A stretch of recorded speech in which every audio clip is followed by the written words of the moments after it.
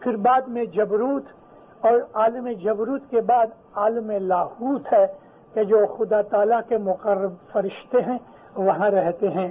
مگر جب انسان عالم ملکوت کمپلیٹ کر لیتا ہے اور جبروت میں جاتا ہے تو پھر اس کی صرف گردن رہ جاتی ہے، نیچے کا بدن بھی مٹ جاتا ہے، ایسٹرل باڈی بھی مٹ جاتی ہے.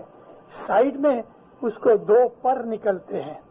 بعضوں کو خدا نے 2 دیے ہیں، بعضوں کو 3 دیے ہیں، ایک پیچھے پر نکلتا ہے، بعضوں کو 4 پر ہوتے ہیں.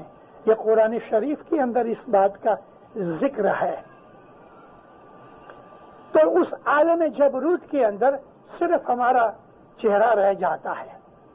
جنت کے اندر، جنت کے جو 7 درجے ہیں، اس کے اندر جو فردوس بری سب سے اونچا جنت کا درجہ ہے، اس کے اندر جو لوگ ہوں گے ان کی صرف گردنیں ہوں گی اور ان کے چہرے وہ ہوں گے جو دنیا میں تھے، اور اس نورانی چہرے اور اس حالت میں وہ فضا میں اڑتے ہوئیں گے.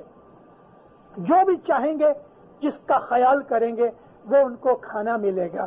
حالانکہ کھانے کے لیے ان کو ضرورت نہیں. یہاں کھانا ملنے کا مطلب یہ ہے کہ ان کو اس کھانے کا سواد آئے گا.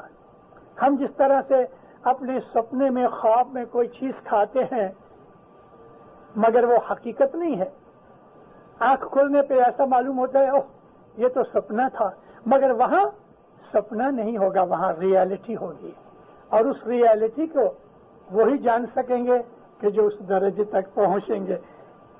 میں نے تھوڑا روحانی سبجیکٹ زیادہ گہرا کر دیا، اور چھوڑ دوں تو بھی اچھی طرح آپ سمجھ نہیں سکو گے، اس لیے میں نے آپ کو عالم جبروت تک جا کے یہ روحانی جو بدن ملتا ہے، تو پیر کا کہنا یہ ہے کہ یہ ستگر کی مہربانی سے تم کو یہ امر بدن ملے گا. امر کہتے ہیں جو نہ مرے. ایک دفعہ 1945 کا ذکر کرتا ہوں. دسمبر کا مہینہ تھا، ڈائمنڈ جوبلی آنے والی تھی. مارچ میں لاکھوں آدمی اسماعیلی بامبے میں جمع ہوئے تھے. ایک دن مولانا امام سلطان محمد شاہ داتار صبح واڑی میں آئے، گولف کھیل کے آئے تھے. مولا آ کے بیٹھے دائش پہ. حسن علی ناندی والا فرمان سناتا تھا. صاحب اس کو کہتے ہیں فرمان سناؤ، ہماری دعا ششتو. حضرت مولانا دھنی سلامت داتار فرمائن تا خانہ ودن. مولا نے خانہ ودن فرمائی. فرماؤ. فرمایا کہ بولو. رسول اکرم فرمایا جنت کے اندر کوئی بوڑھا نہیں ہوئے گا. اس نے فرمان سنایا. مولانا دھنی سلامت داتار فرمائن تا کہ جنت میں کوئی بوڑھو نہیں ونے. سب بولے ایسا نہیں بولو، ہم نے کہا کوئی بوڑھا نہیں ہوگا. تو جو بوڑھے بوڑھے تھے بیچارے اداس ہو گئے، اور ماں باپ ان کی اداسی دیکھ کے ہنسے اور فرینچ میں ماتا سلامت کو کچھ بولے. دوسری دفعہ فرمان کیا کہ جنت کے اندر سب جوان ہوں گے، تو پھر بوڑھے بیچارے اداس ہو گئے. تھرڈ ٹائم مولا فرمایا رسول اکرم نے جو فرمایا کہ جنت کے اندر کوئی بوڑھا نہیں ہوگا، سب جوان ہوں گے، تو جو بوڑھے گزر جائیں گے وہ جوان بدن کے ساتھ جنت میں جائیں گے، وہاں بوڑھا بدن نہیں جائے گا. اس لیے میں نے آپ کو وہ ایسٹرل باڈی کی بات کی کہ 24-25 برس تک جب ہماری ٹاپ میچورٹی ہوتی ہے، ہماری جوانی کی سیچوریشن ہو جاتی ہے، اس کے بعد یہ بدن ڈھیلا ہوتا ہے، ڈاؤن ہو جاتا ہے، غریب ہوتا ہے، نبلا ہو جاتا ہے، لاغر ہوتا ہے، بوڑھا ہوتا ہے، مر جاتا ہے. وہ باڈی مرتی نہیں اور وہ جوان باڈی رہتی ہے. یہ عالم ملکوت کے اندر اس طرح امر دیہی کے ساتھ ہم رہیں گے کہ پھر کہتے ہیں مولا کے ساتھ پیار کرو تو ستگر کی طرف سے تم کو یہ دیا ملے، اور یہ دیا کا درجہ ملنے کے بعد تمہاری جو باڈی ہے، بدن ہے، یہ امر ہو جائے گی. تم کو ہمیشہ زندہ رہنے کا درجہ ملے گا. آخری پارٹ ہے جو ہم روز بولتے ہیں صبح کی عبادت کے لیے. جی پیر صدر دین بولے ہمیں